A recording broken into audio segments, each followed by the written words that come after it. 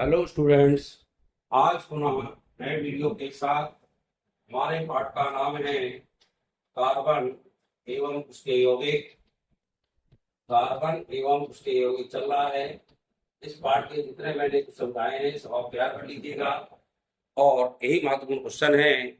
कल मैं आपको बताऊंगा कि क्वार्टरली एग्जाम में या त्रैमासिक परीक्षा में कौन कौन से पाठ आपके आना है, उन्हीं पाठों की तैयारी कराऊंगा। मैंने 1 से 4 तक के लगभग पाठ आ दिए हैं। आज मैं एक इम्पोर्टेंट क्वेश्चन बता रहा हूँ जो अक्सर आता है। साबुन और अपमार्जक में अंतर। अपमार्जक अपमार्जक तो सभी जानते हैं, डिटर्जेंट। तो आपको लिखने के लिए अंतर, एक तरफ लिखिए साबुन, एक तरफ लिखिए अपमार्जक। इसमें बता दूं आपको लिखने का तरीका अच्छा होता है। यहाँ डाल दीजिए क्रमांक, क्या डाल दें, और यहाँ भी डाल दीजिए क्रमांक। तो एक लाइन यहाँ लिख दीजिए। और ये अंतर लिखने का बहुत अच्छा तरीका है। मैं आपको उतने ही अच्छे अंक मिलेंगे, कितना अच्छा आप इसको सजा कर लिखेंगे। तो एक तरफ डाला आपने साबुन और एक तरफ डाला मार्जक। तो सबसे पहले हमें लिखना है जो साबुन होते हैं वो वसा अम्लों और उच्च सोडियम पोटेशियम लवण के होते हैं। साबुन जो होते हैं किसके होते हैं? उच्च सोडियम एवं पोटेशियम लवण से बनते हैं। वसा अम्ल, मैं वसा अम्ल पढ़ाया था आपको। वसा अम्ल होते हैं CH3COOH। हम H के स्थान में सोडियम या पोटेशियम लगाएंगे। तो सोडियम लगाएंगे तो सोडियम एसीटेट बनेगा, पोटेशियम लगाएंगे तो पोटेशियम एसीटेट बनेगा। ये लवण कहलाते हैं।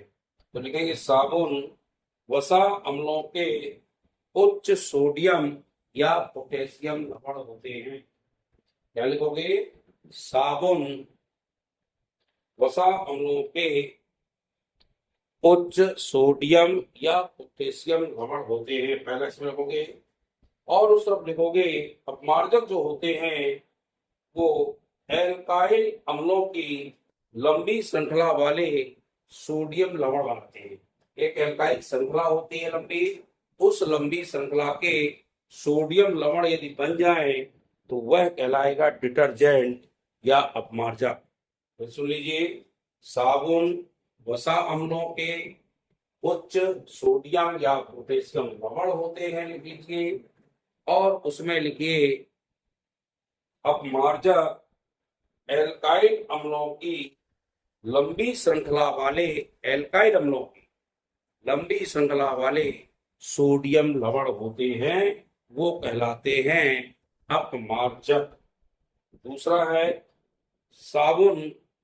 यदि हम कठोर जल में इसका प्रयोग करेंगे तो साबुन कठोर जल में झाग नहीं बनाते हैं, और झाग नहीं बनेगा तो कपड़े साफ नहीं होंगे। जबकि अपमार्जक क्या करता है, यह कठोर जल के साथ झाग बनाता है। इसीलिए डिटर्जेंट में कपड़े हमारे ज्यादा साफ होते हैं। जितना झाग बनेगा उतने ही ज्यादा कपड़े हमारे ज्यादा साफ होंगे। तो डिटर्जेंट जो होते हैं वो क्या करते हैं, कठोर जल के साथ झाग बनाते हैं, जबकि साबुन हमारे कठोर जल के साथ झाग नहीं बनाते हैं। क्लियर? साबुन जल में उपस्थित कैल्शियम एवं मैग्नीशियम लवणों के साथ, किसके साथ? कैल्शियम एवं मैग्नीशियम लवणों के साथ अविलेय पदार्थ बनाते हैं। क्या करते हैं? ये अविलेय पदार्थ बनाते हैं कैल्शियम एवं मैग्नीशियम लवणों के साथ। जबकि अपमार्जक क्या करते हैं? उल्टा लिख दो उसका। अपमार्जक जल में उपस्थित कैल्शियम एवं मैग्नीशियम के साथ अविलेय पदार्थ नहीं बनाते। क्या लिखोगे? साबुन जल के साथ कैल्शियम एवं मैग्नीशियम लवणों के साथ, जल की उपस्थित, जो जल में कैल्शियम मैग्नीशियम लवण उपस्थित होते हैं उनके साथ अविलेय पदार्थ बनाते हैं। जबकि अपमार्जक जल में उपस्थित कैल्शियम एवं मैग्नीशियम आयनों के साथ अविलेय पदार्थ नहीं बनाते हैं। ध्यान रखिएगा। एक और अंतर लिख सकते हो, साबुन सामान्यतः कपड़े धोने के लिए अधिक उपयुक्त नहीं होते हैं। कपड़े धोने के लिए अधिकतर साबुन उपयुक्त नहीं होते हैं, जबकि अपमार्जक सामान्यतः कपड़ों की धुलाई के लिए ही बनाए जाते हैं। जितने भी डिटर्जेंट बने हैं, अपमार्जक बने हैं, वो कपड़ों की धुलाई के लिए ही बने हैं। तो कपड़ों की धुलाई के लिए अपमार्जक का प्रयोग करते हैं, तो कपड़ों की धुलाई के लिए अपने साबुन उतने उपयुक्त नहीं होते हैं। ध्यान रखिएगा।